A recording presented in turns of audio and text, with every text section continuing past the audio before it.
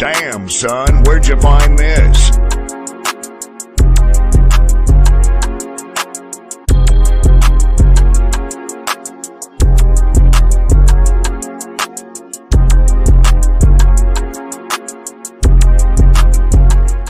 Hey guys, welcome back to my channel for another video and happy Monday. So apparently Jonathan Majors finally speaking up of him found guilty. He did an interview on Good Morning America, which is today, and I know Cosmic Wonder dropped this video, I say yesterday, I'm not sure. So apparently, you guys know Jonathan Majors, no longer King the Conqueror,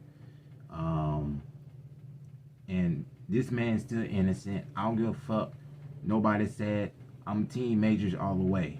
You know what I'm saying? So I'm still praying for him. You know what I'm saying? And his sentencing coming up next month. So we're about to go ahead and jump in and check out this video. Make sure you guys subscribe, like, comment, and also go subscribe Cosmic Wonder. So let's get it. Ready? Let's do it. Jonathan Majors, Hollywood actor.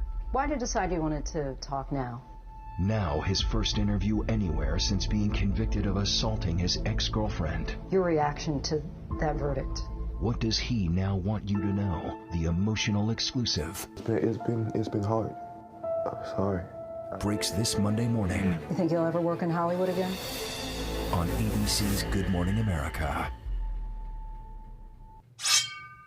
So as you just saw, Jonathan Majors is going to be doing an interview with Good Morning America this upcoming Monday. That will be January 8th, which is tomorrow. And apparently he's going to be talking about everything from being arrested to going to court, being found guilty of assaulting his ex-girlfriend, Grace Jabari, to getting fired by Marvel Studios. This is all apparently coming out in this interview that is being conducted by Good Morning America, which is very, very interesting because Marvel/Disney are the ones who fired him, yet Disney owns Good Morning America. Disney is the parent company of ABC News and Good Morning America. So it's very interesting that they would fire Jonathan Majors, but then allow him to have his own segment on Good Morning America, his own interview, talking about everything that happened. Now, of course, we're talking about this because it ties into him being Kang the Conqueror, or at least he was Kang the Conqueror. Now, obviously, he's not. Marvel Studios has fired him, but one of the biggest questions that people have been asking since he was found guilty and since he was fired by Marvel is, what if he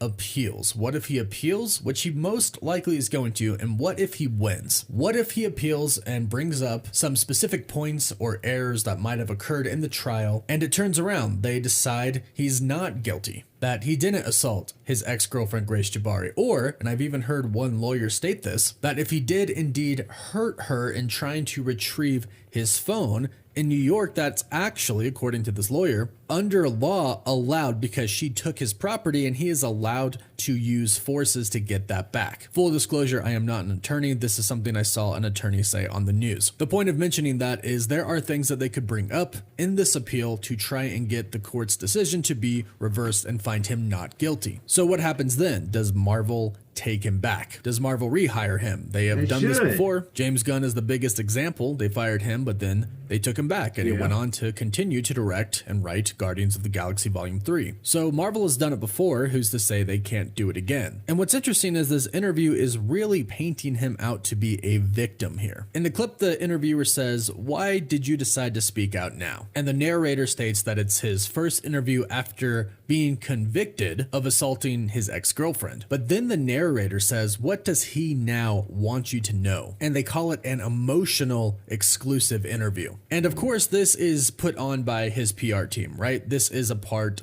of the plan. They are trying to essentially do anything and probably everything they can do to save his career. Before he was even found guilty, he had been dropped by his management company, his PR company, he lost commercial deals, and ultimately he went on to be fired by Marvel Studios. So obviously the trajectory here of his career is that it is going away, that this is the end of his career. So this is definitely put on by his PR team to try and salvage anything that they possibly can and tell his side of the story, because he never testified in court. He never said anything. He didn't take the stand, not one time. So now they're basically stating that he's going to tell us his side of the story. And what is the purpose of this? Well, like I mentioned, it's to salvage his career. And I wouldn't be surprised if he actually announces in this interview that he is going to appeal. But this segment, this interview is most likely to try and get the public's opinion kind of back to favor him again. He's most likely going to talk about how his career has essentially been ruined because of this. Now, the last question that the interviewer asks is, do you think you'll ever work in Hollywood again? Which, of course, we know he wants to. He was in the prime of his career when this all happened, playing the big bad of the multiverse saga of the Marvel Cinematic Universe for Marvel Studios. That's huge. Creed 3 was huge for him. He was an Emmy nominee for Lovecraft Country for Outstanding Lead Actor in a Drama Series. He was a nominee for the 2023 NAACP for Devotion. His career was skyrocketing before all of this went down in March. So really, this is going to be kind of his plea, I believe, to Hollywood to hear his side of the story so he could eventually go back and work as an actor again. This is clearly his passion. This is clearly what he has devoted his life to. So it makes sense that his PR team would do this. But again, the only thing that doesn't really make sense here is that ABC, Good Morning America, is owned by Disney. So Disney is essentially giving him a shot at this, a shot at trying to kind of get the public on his side. Despite the fact that they fired him, they're still trying to give him a shot at explaining his side of the story. And of course, his reaction to the trial and the arrest and everything. Because again, since he got arrested, we really haven't heard anything from him. It's all come from his legal team. His lawyer was the one that continued to state that he was actually the victim in this, but he himself hasn't really spoken up. So as advertised in this Good Morning America clip, this is really going to be the first time that he's spoken up about this entire situation kind of since it's happened. And what's interesting is I've heard a few people already mention this online, that this could be really a part of Disney's plan so they could ultimately go on later down the road to recast him as Kang the Conqueror. There have been a lot of reports recently stating that Marvel Studios is looking to recast Jonathan Majors as Kang the Conqueror, which is obviously true. But we've heard a lot of reports recently that state that Marvel Studios has actors in mind who they want to play and could have already possibly met with them. But Justin Kroll from Deadline tweeted this a couple of days ago on January 5th. He said,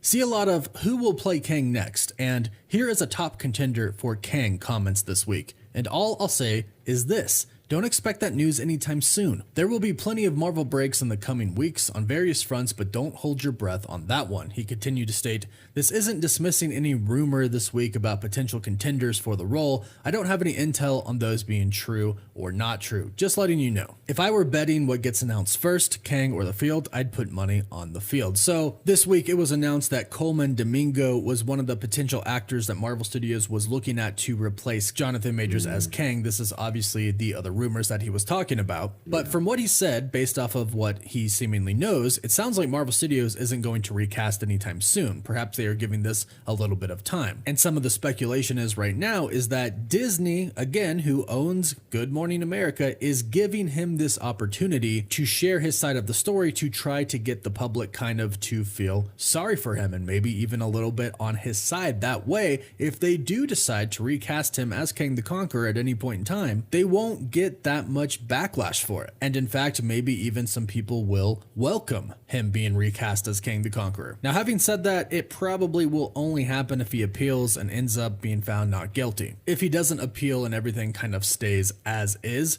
Marvel Studios most likely won't rehire him. But again, a lot of people are really pointing out the irony of essentially Disney firing him, but then allowing him to tell his side of the story. And it is certainly interesting, and I am very curious to see what is going to be said and what is going to come to light in this interview that is going to happen tomorrow. I'll definitely be covering it. So be sure to subscribe and hit that notification bell so you don't miss out on that video. And of course, we're doing our monthly giveaway for a chance to win Xbox Series X, a PS5, Marvel Legends items, or some DC items. All you got to do is... All right, y'all. Well, yeah. Well, I got tears in my eyes a little bit about to come out, and so try to hold back though. You know, it just like seeing his pictures, you know, of him playing as Kang the Conqueror, man. But I'm gonna say this: without him, it's not Marvel is not gonna be the same no more without the King the Conqueror, you know. And I will gonna say this: Jonathan Majors is still our King the Conqueror. I don't give a fuck. Nobody said, you know. So y'all can kiss my black ass, you know what I'm saying? Or should I say, y'all can kiss my skinny black ass? How about that?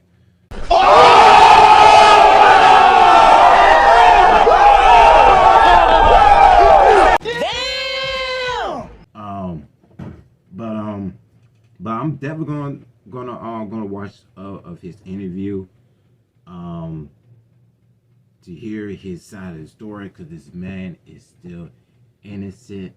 You know what I'm saying? Like, cause I feel really, really bad for him. I'm still praying for him. You know what I'm saying? But damn, man, I'm trying to get these tears, man. Like, seeing him like this, man, like, it's crazy. It sucks. You know, it's some bullshit. Like Marvel's not gonna be the same no more without him and King the Conqueror, and that's a waste of character at the same time, you know. And I gotta say this: I think they should rehire him. They should, you know. He's a great actor. Ever since I saw him since this Netflix film called The Harder They Fall, seeing him in that Creed 3, Ant-Man and the Wasp: Quantumania, you know, like, come on now, like it sucks, you know, seeing like this, man, got me, you know, got me a little emotional, you know, but like, cause I try not to, you know, cry, you know what I'm saying, like, it hurts, man, it hurts, you know. But like I said, I'm still praying for my boy Jonathan Majors, man. Team Majors all the way, man. You know what I'm saying? So, hopefully they, you know, hopefully they should rehire him. You know, cause I know they, a lot of rumors about Coleman Domingo, you know, taking his place as King the Conqueror. So. But we'll see though. But in any case, that's it with a video for you guys. Make sure you guys follow me on social media. I'll see you guys in the next video. God be safe out there. God bless you all. See you guys later.